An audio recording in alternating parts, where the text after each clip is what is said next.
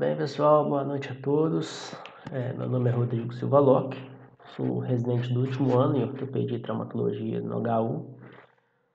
Hoje nós vamos falar sobre tendinite calcária, tá? E antes de começar, eu queria agradecer ao grupo pelo convite e a oportunidade de estar podendo falar sobre esse tema, tá? Então vamos lá. Essa é uma doença que já é conhecida mais ou menos desde meados dos anos 1800, tá?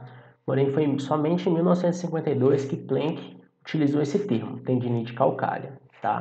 Uma das definições clássicas que nós temos foi do livro Campbell, né, que é nossa Bíblia da ortopedia, que é uma patologia autolimitada e muito dolorosa do manguito rotador, em que os tendões são infiltrados com depósitos de cristais de cálcio, sobretudo de hidroxiapatita, tá?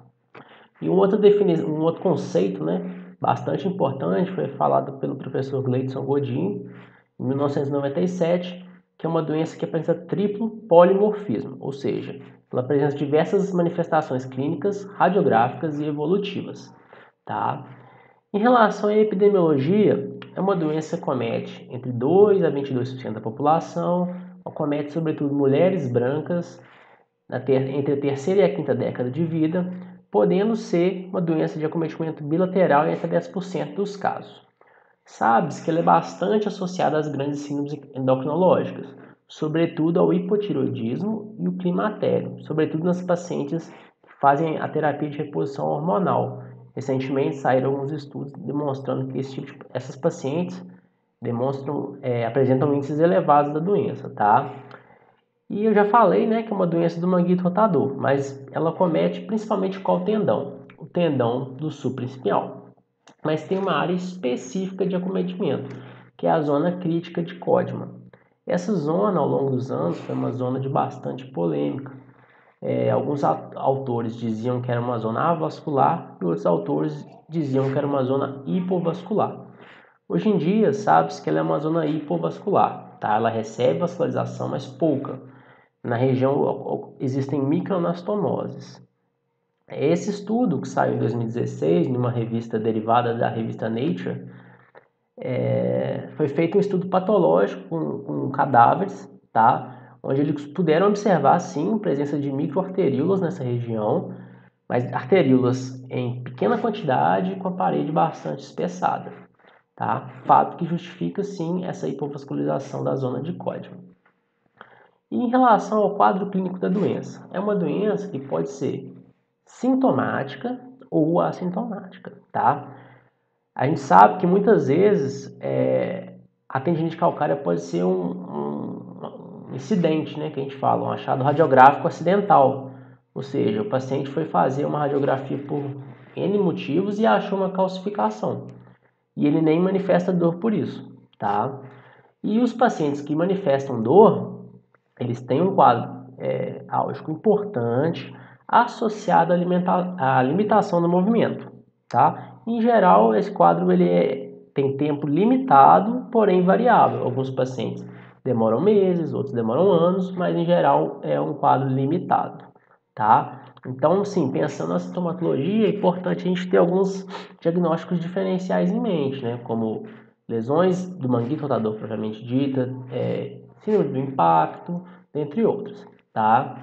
Em relação à fisiopatologia da tendinite calcária, o que eu posso dizer é que não se sabe ainda ao certo qual a fisiopatologia. Nós temos algumas teorias existentes, tá? Eu selecionei duas que são as mais utilizadas e que provavelmente elas ocorrem somadas. Uma é a teoria da calcificação degenerativa, ou seja, por se tratar de a zona de Codman, né? Por se tratar de uma zona hipovascularizada, chega pouca nutrição para aquele tendão.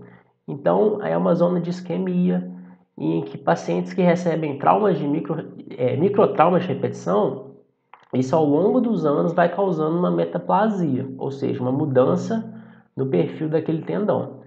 E outra teoria que existe é a calcificação reativa, ou seja, existe uma resposta um processo ativo, né, uma resposta ativa mediada por células após uma agressão, ou seja, o local ali ocorre uma microinflamação local, onde existe um aumento do número de células e, consequentemente, evolui para uma metaplasia. Então, aqui seria um resumo, né, das possíveis patologias, da fisiopatologia. Então, a gente tem uma agressão ao tendão, que em pacientes considerados normais, esse tendão se curaria sem problemas. Porém, nos pacientes, às vezes, com desordens metabólicas ou com predisposição genética, ocorre uma falha nessa cura, nesse reparo ao tendão, tá? E acontece um recrutamento exacerbado de células, principalmente fagócitos, células multinucleadas, células gigantes, tá? Que causam falha na diferenciação da matriz extracelular, tá? O que é a chamada metaplasia. O que é metaplasia? Metaplasia é quando a gente começa a formar em um local um tecido que não deveria estar ali, ou seja, ali no tendão deveria ter tecido conjuntivo, né? E tecido muscular. E eu começo, no lugar disso, eu começo a formar cálcio, tá?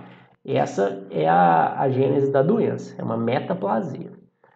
Então, baseado nessa metaplasia, esses autores, Uthoff e Lower, propuseram dividir essa doença em 3 grandes estágios, tá? Então seria o primeiro estágio, o estágio de pré-calcificação. É um estágio inicialmente indolor ou com pouca dor, tá? Depois disso ocorreria a fase de calcificação, onde o paciente já começa a sentir um quadro álgico mais exacerbado, e após isso existe o estágio de pós-calcificação, onde começa a se exacerbar a dor ainda mais, e no final dela o tendão começa a voltar ao normal, ele é reparado. Lembra que eu falei que a doença é autolimitada, tá? E dentro desses estágios, a gente consegue dividir ele em fases. O estágio de pré-calcificação começa com a fase da metaplasia em si, onde não existe dor. Depois eu começo com a fase de formação, onde aumenta a dor. Fase de descanso, tá? Depois inicia-se a fase de reabsorção. É justamente nessa fase, na transição entre o estágio de calcificação e de pós-calcificação, onde existe maior quadro álgico, tá? Agora, explicando essas letras A e B que eu destaquei aí pra gente, esse estudo de Chu, de 2009, ele conseguiu determinar que existem 2 tipos de hidroxiapatita, ou seja, 2 tipos de cristal de cálcio, tipo A e o tipo B. O tipo B é uma forma mais oxidada desse cristal, tá? E o tipo B é uma forma mais fosfatada. E ele conseguiu perceber que ao longo da fase de calcificação ocorre uma transformação da hidroxiapatita, ou seja, na fase de formação eu tenho domínio da hidroxiapatita tipo A. E na fase de reabsorção eu começo a ter predomínio da hidroxiapatita do tipo B. O que vai culminar na diferença de dor ao longo dessas fases e nas diferenças radiográficas que a gente vai ver daqui a pouquinho, tá? Então, em relação aos exames complementares que a gente tem para diagnosticar a tendinite calcária, como todo bom ortopedista, a gente começa com uma radiografia simples, né? As radiografias, nesse caso, elas se mostram custo-efetivas e ela é bacana porque através do formato, do contorno dos depósitos, a gente consegue determinar em qual fase da doença a gente está atualmente, tá? Então, aqui a primeira radiografia, onde eu consigo ver um depósito de cálcio bem delimitado, tá? O que provavelmente é uma fase de pré-calcificação ou início da calcificação, tá? Esse raio-x, por exemplo, é de uma paciente assintomática. Ela nem manifestou a dor ainda, tá? O segundo raio-x eu já começo a perceber que não tem uma delimitação bacana do depósito de cálcio. Essa já é uma paciente que está na fase de reabsorção. A gente começa a falar que ela está com uma imagem pipoca, tá? Então, baseado ainda na radiografia, nós temos algumas classificações, como tudo em ortopedia, né? Temos 3 classificações principais: a classificação de Bosworth, de De Palma e de Gartner. A de Bosworth leva em consideração o tamanho do depósito e as outras duas justamente o formato e a consistência do depósito. E outro exame complementar bastante bacana que a gente tem à disposição é a ultrassonografia, que além de diagnóstica, ela é terapêutica. Como a gente vai ver ali na frente, ela pode auxiliar em alguns procedimentos minimamente invasivos, tá? Ela apresenta boa sensibilidade e, como desvantagem, ela não permite identificar em qual das fases, qual dos estágios que nossa paciente está. Então, aqui um exemplo, né? Onde a gente pode ver uma imagem hiperecóica no tendão do supraespinhal. Essa imagem pode ou não ter sombra acústica, então é mais um polimorfismo, sabe? Nem o ultrassom é padrão. E aqui é uma imagem realizando uma barbotagem da lesão. Em relação aos tratamentos, nós temos diversos tratamentos, mas assim, o que a gente considera? A escolha inicial é o tratamento conservador, tá? Ficando reservados os tratamentos cirúrgicos para os casos refratários ou para os pacientes que dizem que não conseguem desempenhar as atividades do dia a dia, mesmo com um tratamento conservador. No tratamento conservador, ele é multimodal, nós temos várias possibilidades, tá? Temos medicações orais, temos fisioterapia, onde eu fiz um levantamento da literatura e eu não achei um protocolo padrão que se demonstrou superior aos demais. Então eu queria até, assim, no final da aula, se os colegas pudessem opinar, falar a experiência deles, seria bacana. Outro tratamento que a gente tem são as ondas de choque extracorpóreas, tá? Temos a iontoforese, que também é baseada em corrente elétrica, e a diatermia, que é um tratamento com calor. Os tratamentos que a gente costuma bastante utilizar nos ambulatórios é a barbotagem e as infiltrações. Tá? A barbotagem seria utilizar uma agulha para quebrar esses depósitos de cálcio e depois fazer uma aspiração dos mesmos. Infiltrações, em geral, nós podemos fazer com diversas substâncias. Em geral, a gente faz com corticosteroide. Tá? Em relação ao tratamento cirúrgico, em geral, a gente faz com artroscopia. Tá? Eu trouxe uma imagem para ilustrar a aula. Nessa imagem, a gente pode ver o depósito de cálcio bem formado, tá? É a imagem que a gente diz em framboesa, tá? Nessa imagem, ele já foi quebrado, então ele passa a apresentar um aspecto de floco de neve, ele está começando a cair aqui no subacromial, tá? Floco de neve ou pasta de dente. E aqui já é a imagem final após eu passar o shaver e desbridar toda a lesão, tá bem? E também existe uma classificação para artroscopia, né? A classificação da Sociedade Francesa de Artroscopia, classificação de Mollet, que leva em consideração o formato e a densidade dos depósitos. Aí, agora, para fomentar a discussão, eu trouxe alguns artigos que eu acho interessantes. Vou falar rapidinho de cada um deles. Esse primeiro artigo, tá? Que foi publicado na revista de artroscopia, na Arthroscopy, ele fez uma revisão sistemática da barbotagem guiada por ultrassom. Ele teve 908 pacientes, tá? Ele concluiu que trata-se de uma técnica segura, porém não existe evidência evidência suficiente para comparar se ela é melhor ou pior com outras modalidades, tá? Esse segundo artigo foi feito um estudo ele comparou pacientes que não fizeram nada com pacientes que fizeram a onda de choque extracorpórea e percebeu uma melhora a curto prazo desses pacientes, tá? Esse terceiro estudo, ele comparou, ele questionou, nos pacientes que fazem uma barbotagem, é necessário infiltração de corticoide após o procedimento? Para isso ele fez um estudo clínico duplo cego, randomizado, né? Ele concluiu que depois da barbotagem você jogar soro, o soro não se mostrou inferior ao corticoide, porém o corticoide em curto prazo trouxe uma melhora da sintomatologia, tá? O outro estudo, ele comparou a barbotagem com a onda de choque, tá? Então, se comparados, a barbotagem guiada demonstrou diminuição da dor, tá? E mais rápida a reabsorção da calcificação. Porém, em um ano não teve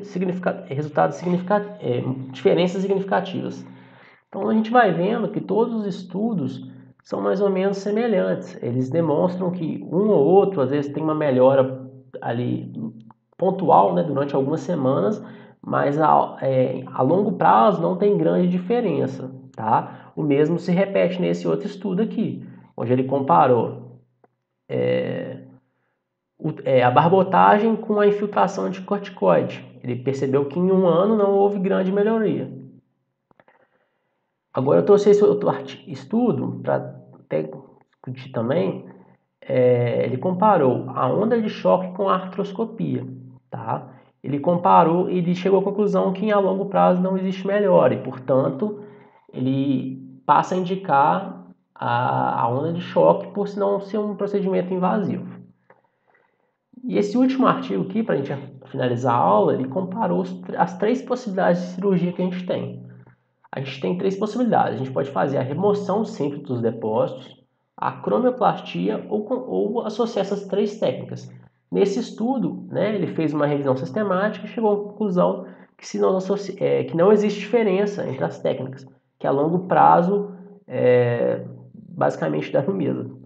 Tá? Então, assim, resumindo o que eu falei, a gente tem o tratamento, temos diversas opções, mas nenhuma se mostra melhor do que a outra. Então você fica se perguntando, o que eu posso fazer para esse paciente? Aí a gente tem que lembrar, né, do conceito da doença, da definição, que é uma doença autolimitada. Então a gente tem diversas opções na mão para tentar tirar o paciente da dor, diminuir a dor, sobretudo, tá? E para isso, além disso, é importante a gente fazer um trabalho de educação com o paciente, educação da dor, ou seja, explicar para ele que é uma doença autolimitada, que ela tende a passar com o tempo, tá? Que existem sim casos de sequela ou casos crônicos, mas que esses casos são bem pequenos e que você está à disposição um arsenal de opções para ele e junto com ele você vai escolher a melhor opção. É caso a caso, tá? A gente fala, né, o tratamento é à la carte. Tá joia? O que eu tinha para falar é isso. Queria agradecer. Deixei meus contatos aí. Se alguém tiver alguma dúvida, quiser as referências, eu posso passar com o maior prazer. Tá bom, gente? Muito obrigado.